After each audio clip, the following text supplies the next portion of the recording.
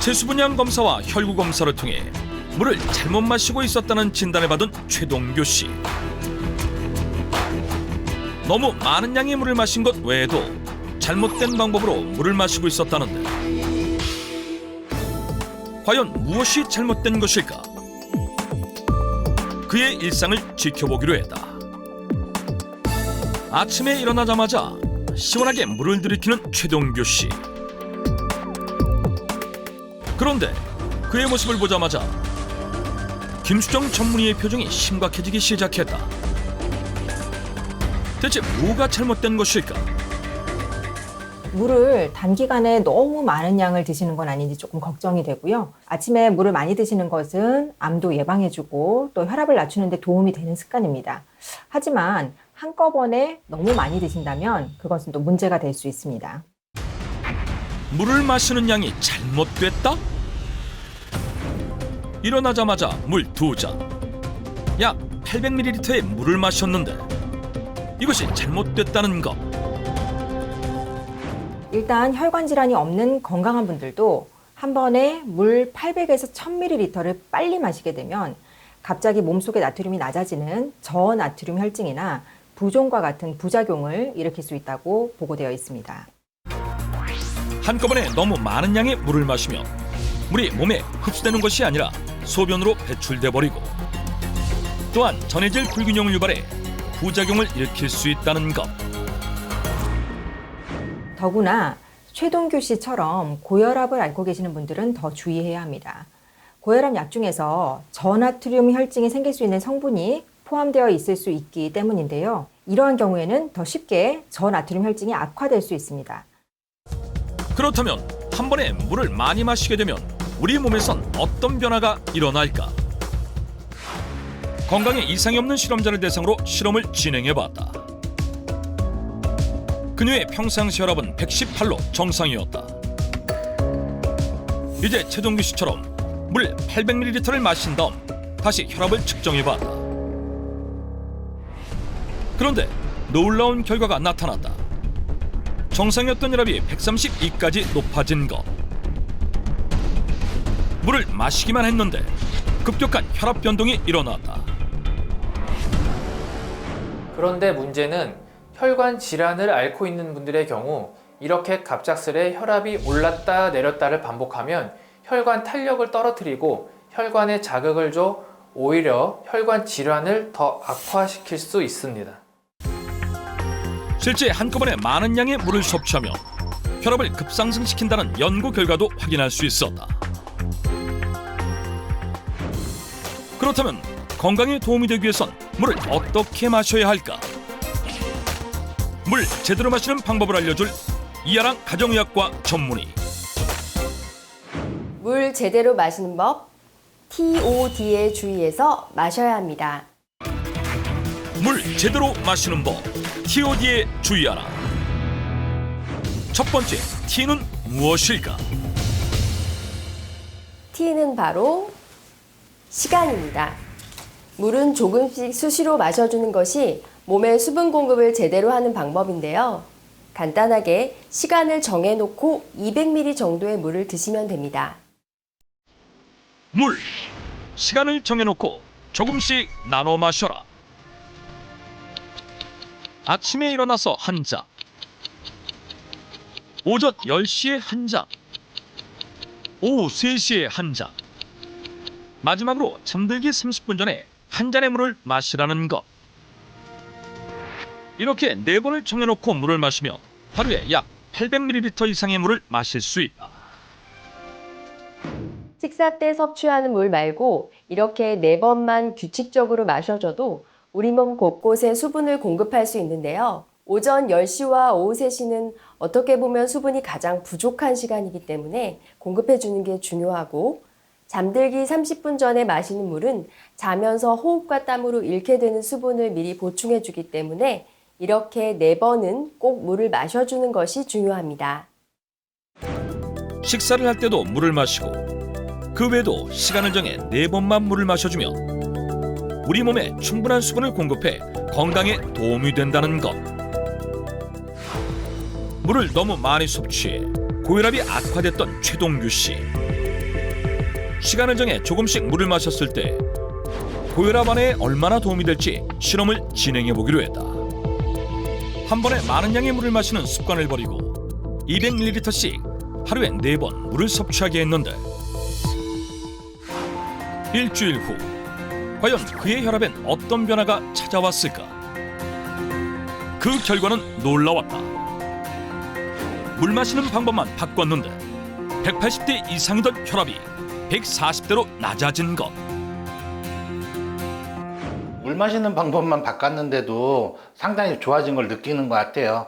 알려주신 방법 유지해가지고 더 건강해지도록 하겠습니다. 감사합니다.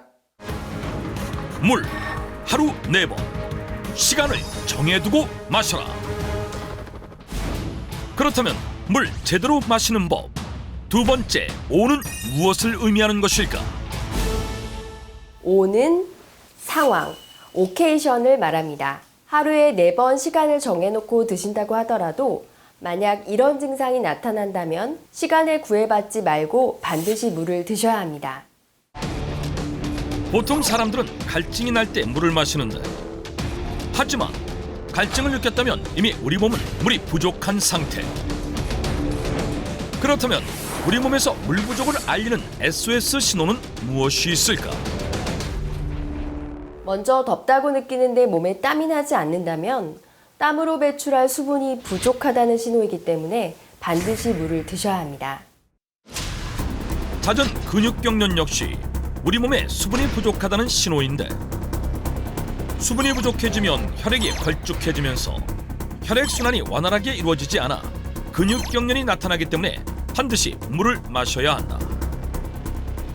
물 제대로 마시는 법 TOD의 세 번째 D는 바로 디지즈, 질병입니다. 많은 분들이 물은 많이 마실수록 좋다고 생각하지만 이런 분들은 절대 물 섭취에 주의하셔야 합니다.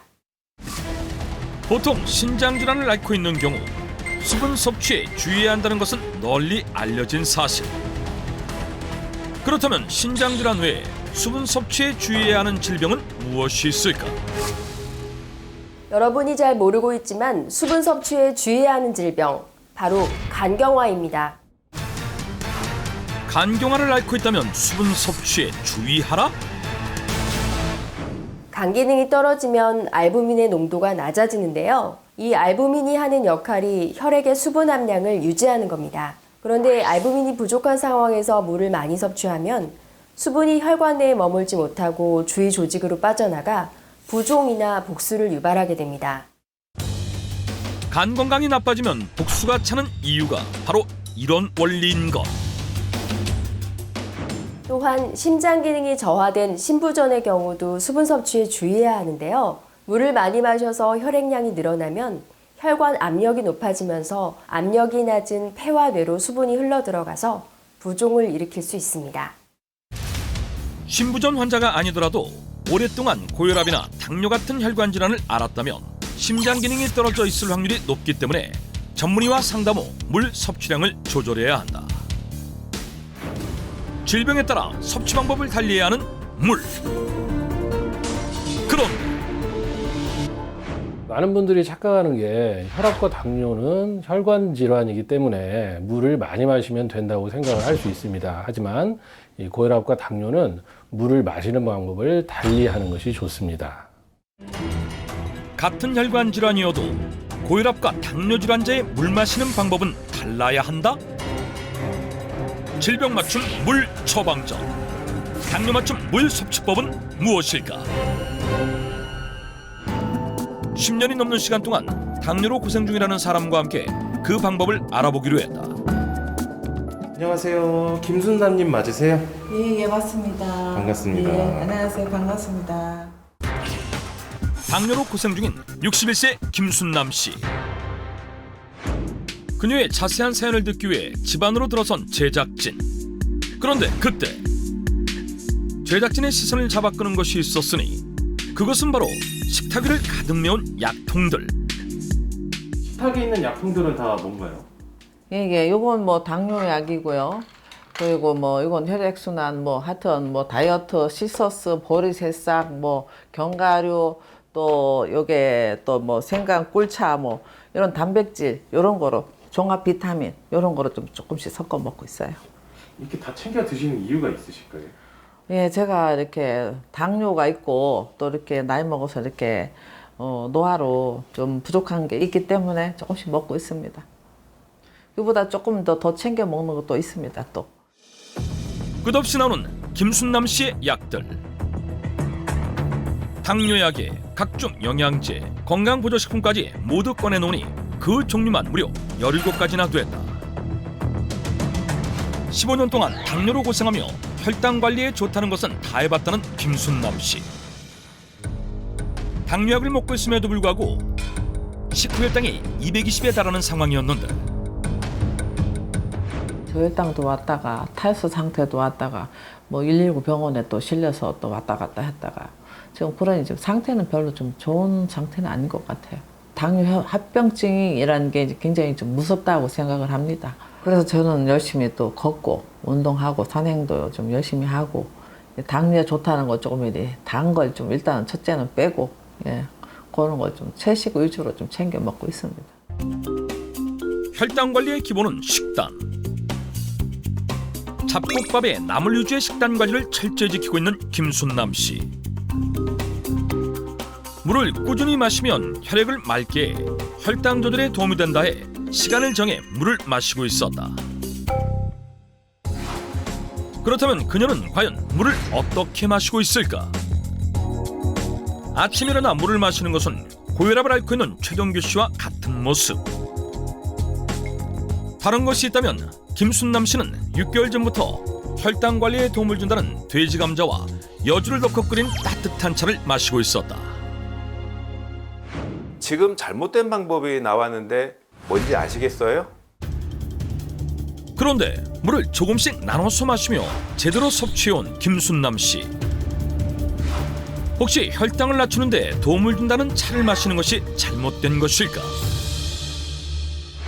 이 돼지 감자와 여주 모두 혈당 조절에 도움이 되는 성분을 품고 있기 때문에 저건 잘하신 겁니다. 하지만 이 잘못된 것은 바로 물의 온도입니다. 보통 혈관 질환을 앓고 있다면 미지근한 물을 드셔야 한다고 알고 계시는데요. 이 당뇨의 경우 요즘처럼 기온이 높을 때는 미지근한 물보다는 시원한 물을 마시는 것이 더 좋습니다. 당뇨 질환자는 시원한 물을 마시는 것이 좋다?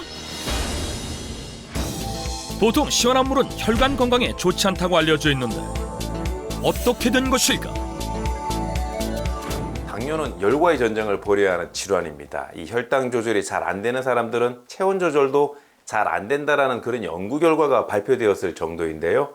요즘처럼 날씨가 더워지게 되면 보통 사람의 경우에는 몸속의 열을 식히는 그런 작용이 쉽게 일어나게 되는데 당뇨 환자들은 그게 쉽지가 않습니다. 몸속에 열이 떨어지지 않으면 혈액을 끈적하게 만들어서 당뇨를 더 악화시키게 되는데요. 때문에 시원한 물을 마셔서 몸속에 열을 식혀주는 것이 중요합니다.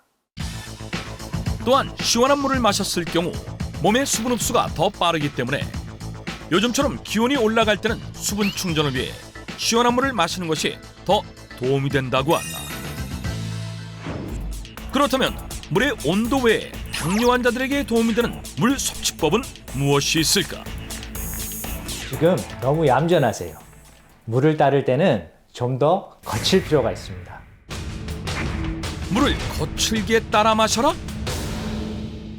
물을 따르는 과정에서 낙차를 이용하게 되면 물속 공기 중에 산소가 들어가게 되죠. 이처럼 산소가 다량 함유된 물을 마시게 되면 혈관 내 산소를 운반하는 헤모글로빈의 활동을 향상시켜 순환이 잘 되도록 도와 혈당 조절에 도움이 됩니다.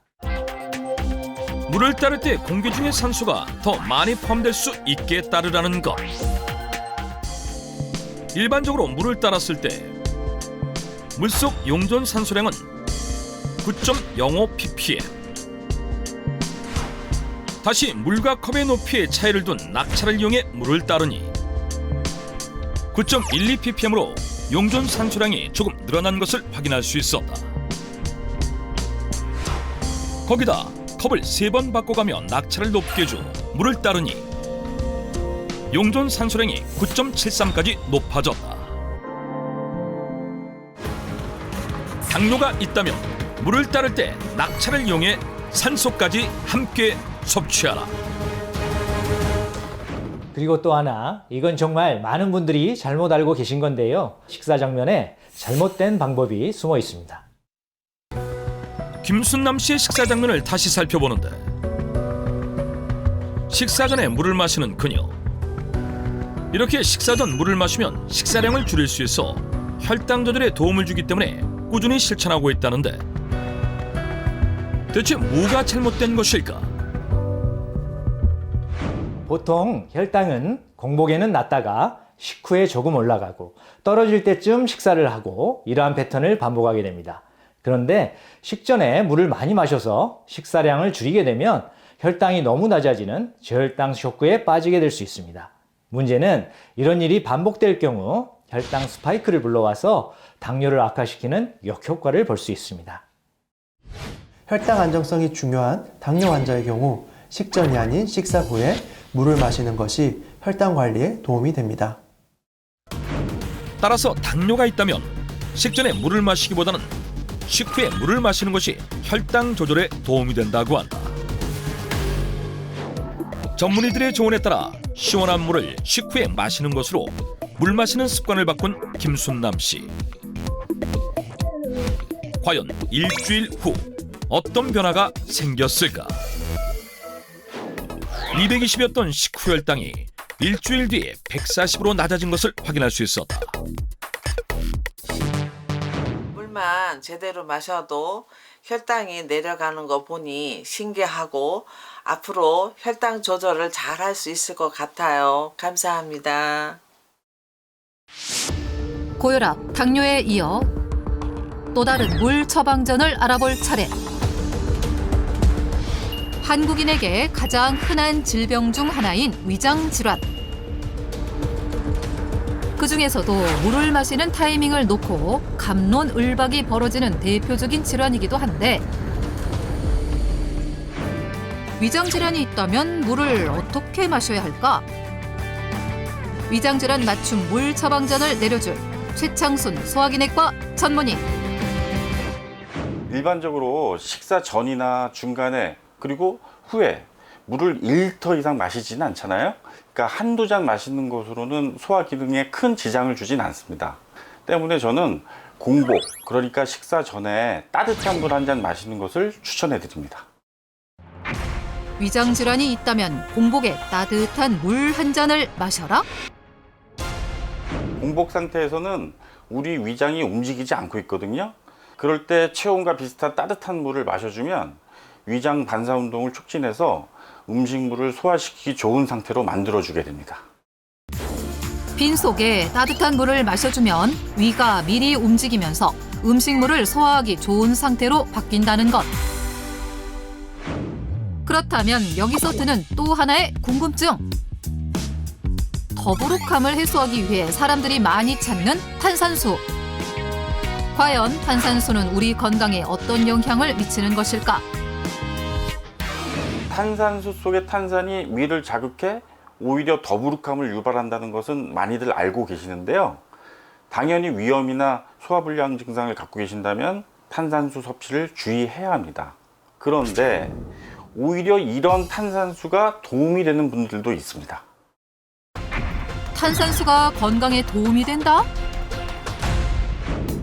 실제 인터넷에서 탄산수를 검색만 해도 이 질병에 효과를 봤다는 자료들을 찾아볼 수 있었는데 과연 탄산수가 우리 건강에 어떤 도움이 되는 걸까? 탄산수의 진실을 알려줄 김보민 내과 전문의.